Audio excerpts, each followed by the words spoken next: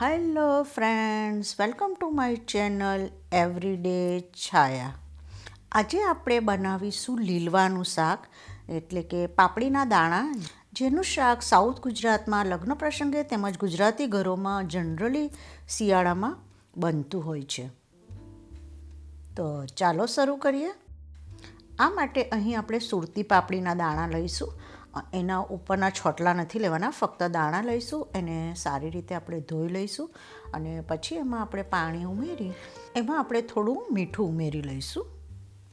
એને ઢાંકણ ઢાંકી અને કુકરમાં આપણે લગભગ 2 થી 3 વિસલ થવા દઈશું. કુકર ઠંડો થાય એટલે આપણે એ જે દાણા છે તે આપણા બફાઈ ગયા હશે અને આપણે એને એક ચાળણી મૂકી અને બધું પાણીમાંથી આપણે નિતારી લઈશું. આપણે એના પર ફરીથી બીજી વાર થોડું પાણી ઉમેરી દઈશું અને ફરીથી એકવાર પાણીથી એને આપણે વોશ કરી લઈશું. તો આ માટે આપણે એક કઢાઈમાં થોડું તેલ ઉમેરીશું અને તેલ થોડું ગરમ થાય એટલે આપણે એમાં રાઈ ઉમેરી લઈશું. રાઈને આપણે તતડવા દઈશું. રાઈ તતડી જાય એટલે આપણે એમાં થોડો અજમો ઉમેરીશું અને અજમાને પણ આપણે થોડો તતડવા દઈશું. એ તતડે એટલે આપણે સૂકા લાલ મરચાં ઉમેરીશું, થોડી હિંગ ઉમેરીશું અને સૂકું લસણ આપણે ગ્રેટ કરેલું ઉમેરી થોડા તલ એમાં ઉમેરી લઈશું અને તલને પણ આપણે તતડવા દઈશું. આપણા તલ તતડી ગયા છે તો હવે આપણે એને ચમચાની મદદથી થોડા સાતળી લઈશું એટલે આપણું જે લસણ છે તે સારી રીતે સતળાઈ જાય. આપણે હવે એમાં થોડા મસાલા કરી લઈશું. તો થોડી આપણે હળદર ઉમેરીશું, થોડું લાલ મરચું ઉમેરીશું અને જે આપણા બાફેલા દાણા છે તે આપણે એમાં ઉમેરી લઈશું અને આપણે એને સારી રીતે મિક્સ કરી લઈશું. આપણે એને 1 થી 2 મિનિટ માટે આવી રીતે સાતળતા રહીશું. આપણે હવે એમાં થોડું પાણી ઉમેરી દઈશું જેથી આપણા મસાલા બરાબર અંદર મિક્સ થઈ જાય.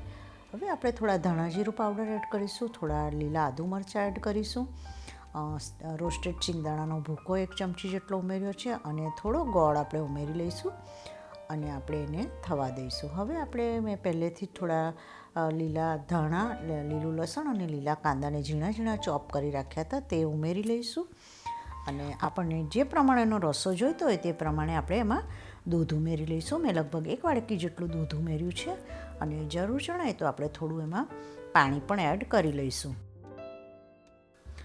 આપણે હવે એને ફાસ્ટ ગેસ પર 1 થી 2 મિનિટ માટે થવા દઈશું અને પછી આપણે એનો ટેસ્ટ કરી લઈશું અને જો આપણને મીઠું ઓછું લાગે તો આપણે એમાં ઉમેરીશું, કારણ કે આપણે પહેલેથી એમાં મીઠું દાણા બાફતી વખતે ઉમેર્યું હતું. આપણું શાક રેડી છે તો આપણે એમાં લીલા ધાણા ઉમેરી અને એને ગાર્નિશ કરી લઈશું.